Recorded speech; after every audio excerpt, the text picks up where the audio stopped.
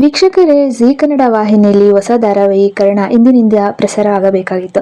ಕಿರಣ್ ರಾಜ್, ಭವ್ಯಗೌಡ ಹಾಗೂ ನಮ್ರತಾ ಗೌಡ ಪ್ರಮುಖ ಪಾತ್ರದಲ್ಲಿ ಅಭಿನಯ ಮಾಡಿರುವ ಕರ್ಣ ಧಾರಾವಾಹಿ ಅನೇಕ ಸಿನಿ ಪ್ರಿಯರು ಕಾಯುತ್ತಿದ್ದರು.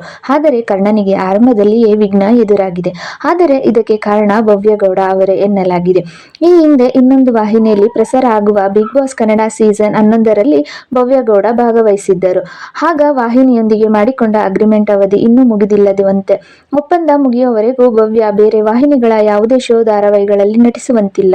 ಆದರೆ ಭವ್ಯಗೌಡ ಕರ್ಣ ಧಾರಾವಾಹಿಗೆ ಹೋಗಿ ಪ್ರತಿಸ್ಪರ್ಧಿ ಚಾನೆಲ್ ಅವರು ಧಾರಾವಾಹಿಯ ಪ್ರಸಾರಕ್ಕೆ ಸ್ಟೇ ತಂದಿದ್ದಾರೆ ಎಂದು ಹೇಳಲಾಗಿದೆ.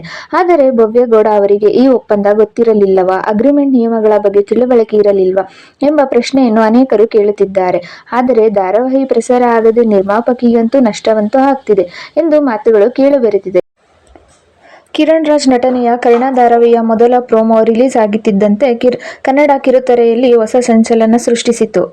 ಹಾಗಾಗಿ ಕಿರಣ್ ರಾಜ್ ಕಾಣಿಸಿಕೊಂಡಂತೆ ಕರ್ಣ ಪ್ರಪ್ರಥಮ ಪ್ರೋಮೋ ಸೋಷಿಯಲ್ ಮೀಡಿಯಾದಲ್ಲಿ ಭಾರೀ ಹವಾ ಕ್ರಿಯೇಟ್ ಮಾಡಿತು. ಅಂದಿನಿಂದ ಕರ್ಣನ ಆಗಮನಕ್ಕಾಗಿ ವೀಕ್ಷಕರು ತುದಿಗಾಲಲ್ಲೇ ನಿಂತು ಕಾಯುತ್ತಿದ್ದರು.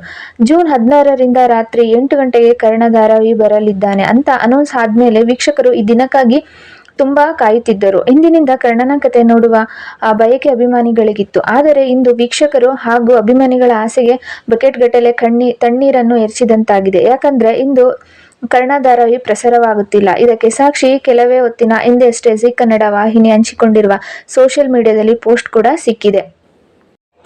ಎಲ್ಲವೂ ಪ್ಲಾನ್ ಪ್ರಕಾರ ನಡೆದಿದ್ದರೆ ಈಗಾಗಲೇ ಕರ್ಣ ಧಾರಾವಾಹಿ ಟೆಲಿಕಾಸ್ಟ್ ಆಗಬೇಕಾಗಿತ್ತು. 8 ಗಂಟೆಗೆ ಸ್ಟಾರ್ಟ್ ಕೂಡ ಆಗಬೇಕಾಗಿತ್ತು. ಆದರೆ ಇದೀಗ ಕರ್ಣ ಪ್ರಸಾರವಾಗುವ ಸಮಯ ದಿನಾಂಕ ಮುಂದಕ್ಕೆ ಹೋಗಿದೆ.